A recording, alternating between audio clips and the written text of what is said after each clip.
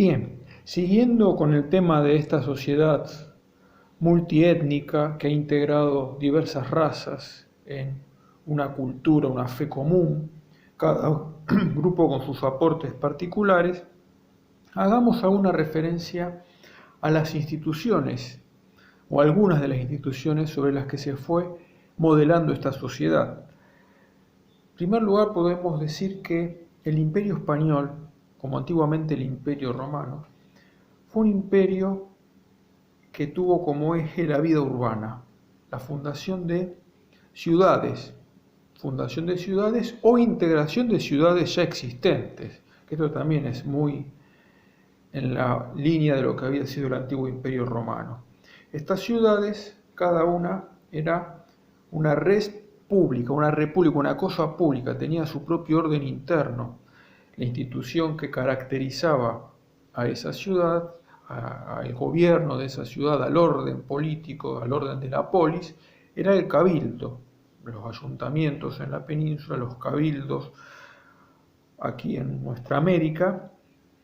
En torno a la plaza estaba el cabildo, estaba la iglesia parroquial o catedral, los alrededores, los templos y colegios de las congregaciones que venían a realizar su labor evangelizadora y educadora. Y bueno, estas ciudades eran ciudades nuevas, fundadas por los colonizadores, o eran ciudades ya existentes, integradas al imperio que se ha ido construyendo a lo largo del siglo XVI. Hay ciudades de indígenas, antiguas comunidades indígenas integradas al imperio, con sus jefes, con su nobleza, con sus caciques, y en las que empieza también a funcionar los cabildos indianos. Decíamos que también hay instituciones educativas. Apenas comenzada la colonización, se crean escuelas, colegios, universidades y muchas congregaciones que venían y se establecían en las nuevas o antiguas ciudades creaban también sus colegios. Acá quisiera hacer un paréntesis en el tema y referirme a la labor educativa que se llevaba adelante con los niños indígenas, que muchas veces los niños eran vistos como aquellos que a través de la educación y la evangelización que recibían en aquellos colegios iban a ser los evangelizadores de sus mayores. O sea que acá tenemos dos aspectos a tomar en cuenta: el indio y el niño como evangelizador. O sea, en una misma persona era el niño y era indio, ¿no? Pero podemos ver cómo esos dos seres en uno tenían un rol muy importante en aquella sociedad. O sea que el proceso de conversión iba unido al proceso de educación. Siempre la evangelización fue civilizadora. ¿Por qué? Porque se trata de darle la gracia a un ser que se lo eleva a un orden sobrenatural, pero al mismo tiempo, para que pueda recibir esa gracia, hay que conformarlo con una identidad humana muy profunda. O sea que la evangelización civiliza, la evangelización promueve el desarrollo de la cultura.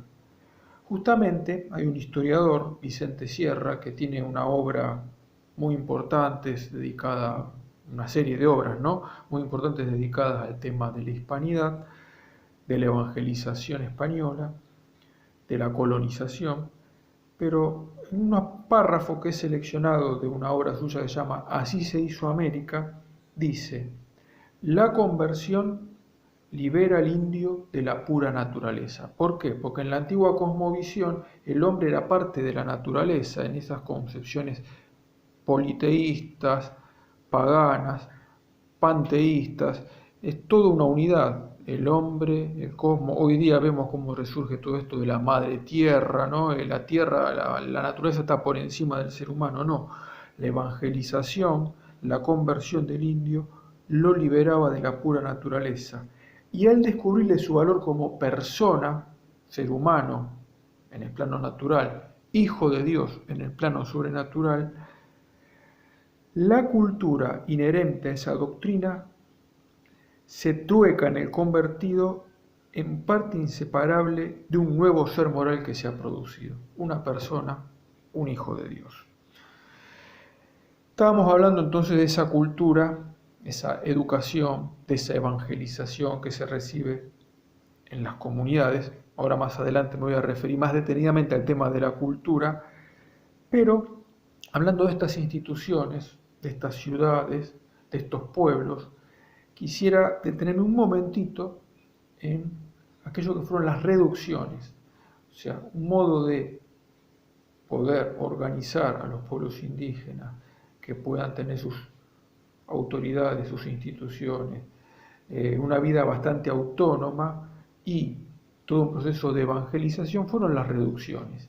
Y entre las reducciones, estos pueblos de indios, las más importantes, las más famosas, no las más importantes, fueron las reducciones guaraníticas que llevaron adelante los jesuitas en la zona del Paraguay.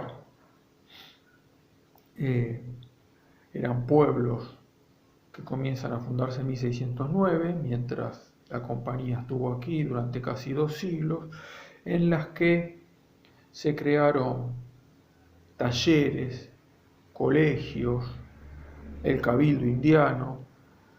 En la comunidad, en cada pueblo no había más que 2 o 3 padres jesuitas, o sea que prácticamente toda la vida dependía de los mismos indígenas, integrados a la vida del gran imperio.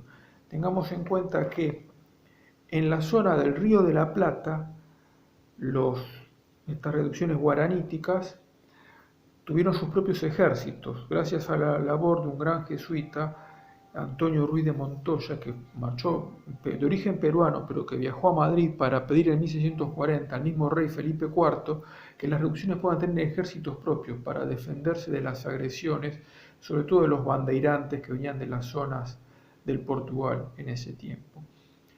El rey autoriza la formación de estos ejércitos con armas de fuego y las reducciones van a tener ejércitos de indígenas que van a protegerse, que van a defenderse y que van a ser durante los siglos XVII y XVIII la fuerza militar más importante que va a tener el Imperio Español en el Río de la Plata.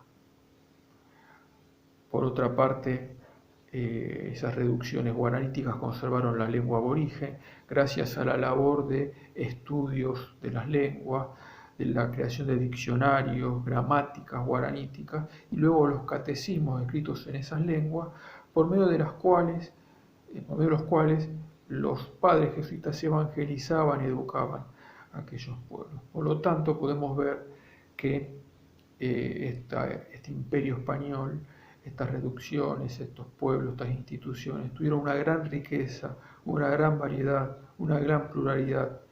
Allí sí que había diversidad, una diversidad sana, una diversidad en la unidad de una fe, de un Dios, de un Rey, de una fidelidad.